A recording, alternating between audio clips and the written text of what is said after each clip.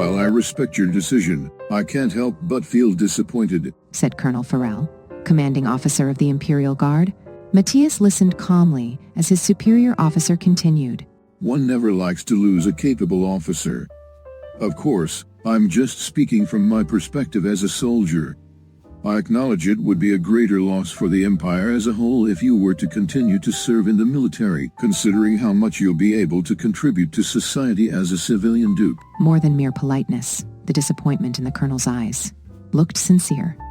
He had expected to receive a document from Captain Herhardt requesting a 1-year service extension, so he was quite surprised to receive a discharge application instead.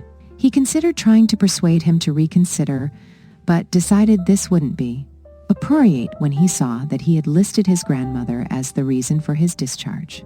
Thank you for everything, sir, Matias said. As a duke, he outranked Farrell in civilians' terms, but in this context, military rank was all that mattered, so he used the utmost politeness when addressing him.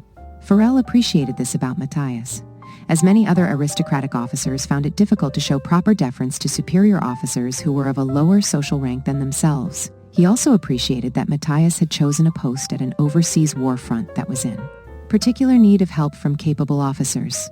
Be sure to pay me a visit whenever you're in Rats. Of course, sir. Stepping outside, he was greeted by the bright spring sunshine. He got into his car and was driven to downtown Ratsay. After meeting with a few more superior officers there, the multi-day discharge process was finally complete. Walking back towards the car, he suddenly stopped in his tracks.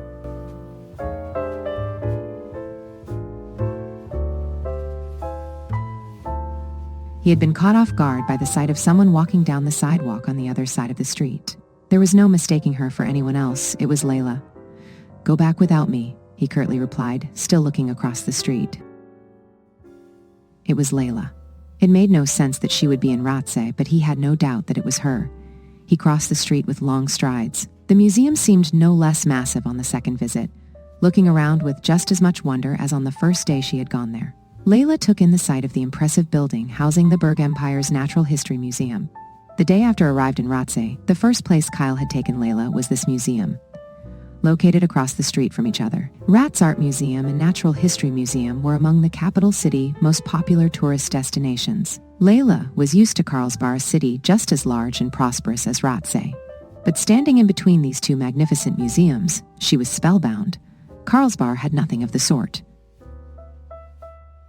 Friends of hers from school who had visited the capital had all gushed over the beautiful art museum. But for Leila, the choice to visit the Natural History Museum first had been a no-brainer. Just as Kyle had predicted, it was like heaven to her. The only problem was that it was too big to see all its exhibits in one day.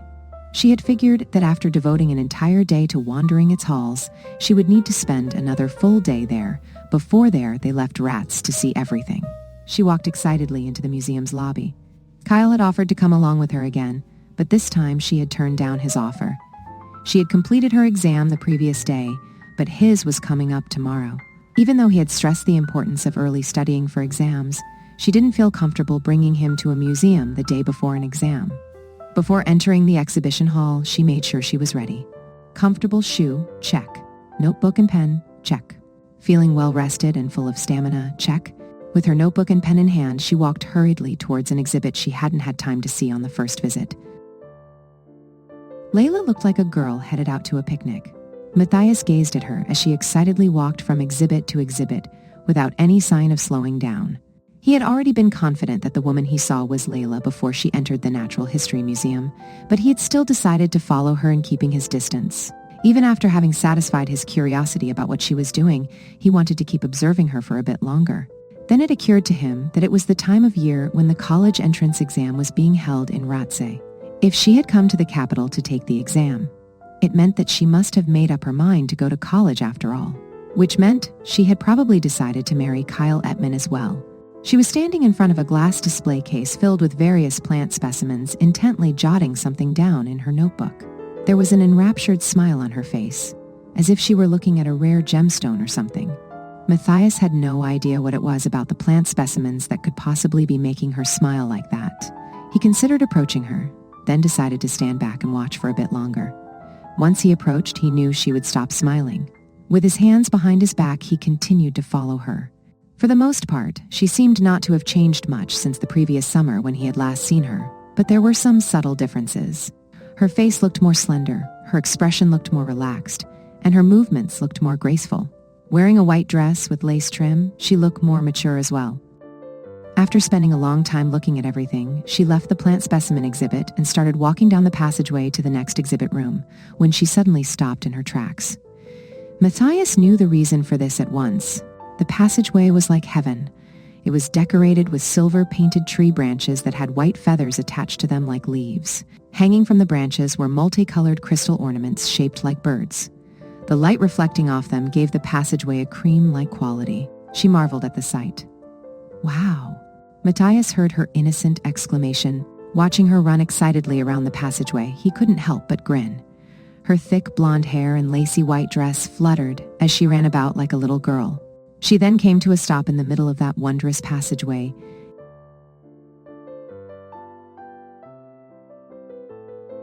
And, standing on her tiptoes, reached out to try to touch one of the ornaments. But the bird remained tantalizingly just beyond her fingertips. As she continued to gasp in amazement, with her head raised to look at the ceiling, Matias started to walk towards her. Before she had noticed that anyone was there, he had come up behind her, put his arms around her waist, and lifted her off the ground. Startled, she turned her head to look around, but she was already floating in midair. The crystal bird that she had been unable to reach was now glittering right in front of her eyes. She felt like a bird flying through the spring sky, able to go wherever it wanted. It was a strange, beautiful dream-like feeling.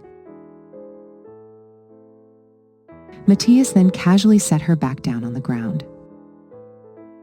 The skirt of her dress balloned out, then slowly descended, gently tickling her calves.